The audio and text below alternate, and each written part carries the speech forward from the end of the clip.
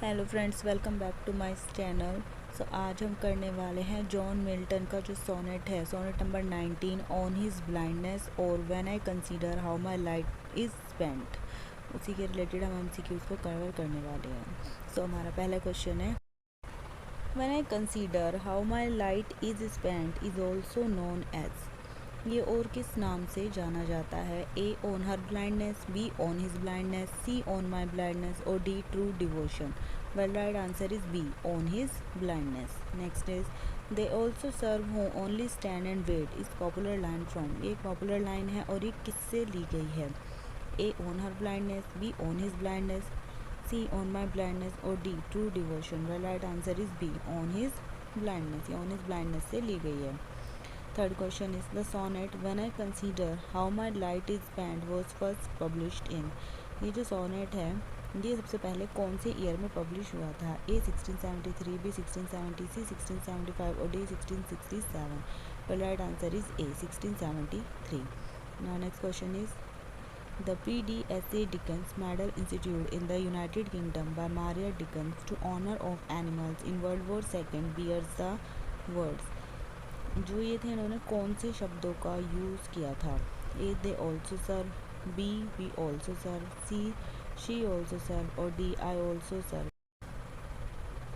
B we also serve is the right answer. Next is the sonnet when I consider how my light is spent was first published in. ये जो sonnet था ये किस में publish हुआ था? वैसे हमें पता 1673 में पब्लिश हुआ था, लेकिन कौन से पोर्टफोलियो में पब्लिश हुआ था? So right answer is D Milton 1673 poems। Now our next question is the sonnet when I consider how my light is spent was first published in Milton 1673 poems in his autograph notebook known as the. ये उनकी एक autograph notebook में publish हुआ था 1673 में।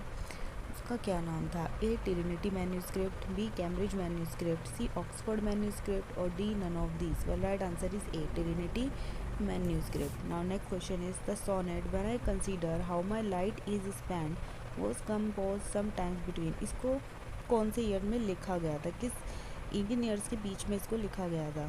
तो ए 1652 से 1665, B 1655 से 1660, सी 1660 से 1665 और डी 1665 से 1670।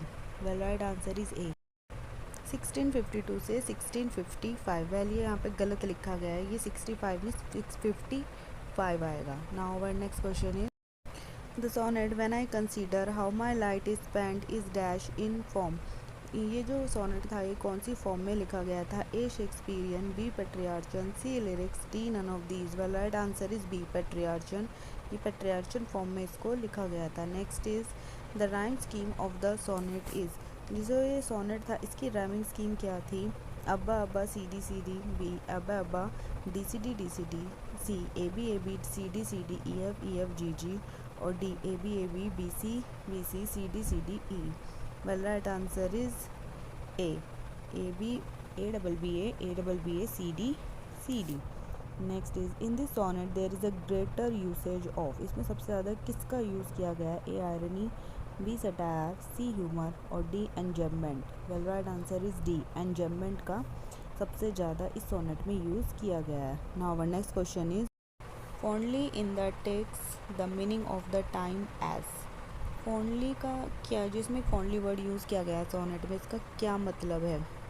ए foolishly optimistic, B out of affection, C out of sheer ignorance और D none of these. Well, right answer is A foolishly optimistic. Next is when Milton writes that one talent which is death to hide, he is specifically alluding to the parable of the talent in the। ये हमने कहाँ से लिया था? A gospel of Matthew, B gospel of Duke, C gospel of Dean, D gospel of saint John. So right answer is B gospel of Duke. Now next question is my maker is the sonnet refer to.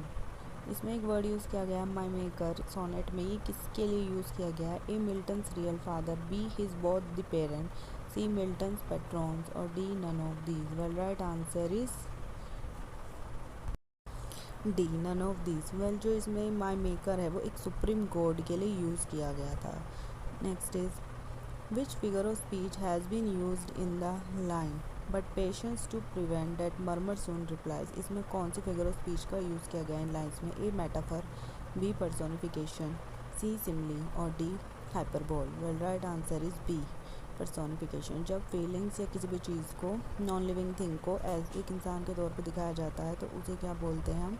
Personification. So right answer is B personification. Now next question is which figure of speech has been used in the line his state is kingly. इसमें कौन सी figure of speech का use हुआ है? A metaphor, B personification, C simile और D hyperbole. The right answer is A metaphor. इसमें metaphor का use हुआ है। Next is the line who best or bear his mild योग they serve him best refer to the people. ये line जो है किन लोगों के लिए यूज़ हुई है? A who are selfish, B who are lost in earning money, C who visit temple regularly or D who bear the responsibility or duties of life properly.